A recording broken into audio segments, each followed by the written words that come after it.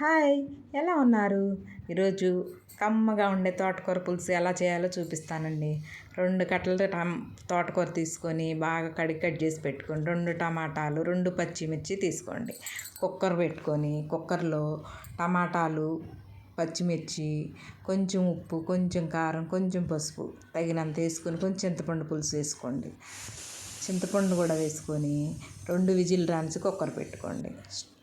తీసి మెదుపుకొని చక్కగా మెత్తగా మెతుపుకొని చక్కగా ఒక బాండి పెట్టి స్టవ్ మీద ఒక 3 స్పూన్ల ఆయిల్ వేసి కొంచెం పచ్చెనగపప్పు, కొంచెం జీలకర్ర, కొంచెం ఆవాలు, 2 ఎండుమిర్చి, కొంచెం కరివేపాకు, కొంచెం మెంతిపొడి కూడా వేయండి.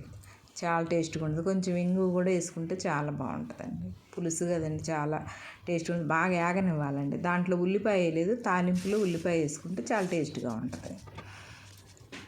చక్కగా తాలింపులు వేసుకొని ఉడకనిస్తే కమ్మనైన తోటకూర పులుసు రెడీ అయిపోతుంది. ఏ కాంబినేషన్కి తిన్నా కమ్మగా ఉంటుందండి. హెల్త్కి కూడా మంచిది. తోటకూర పులుసు రెడీ చేసుకోండి. ఇలాగే చేసి చూడండి, ఎలా ఉందో చెప్పండి.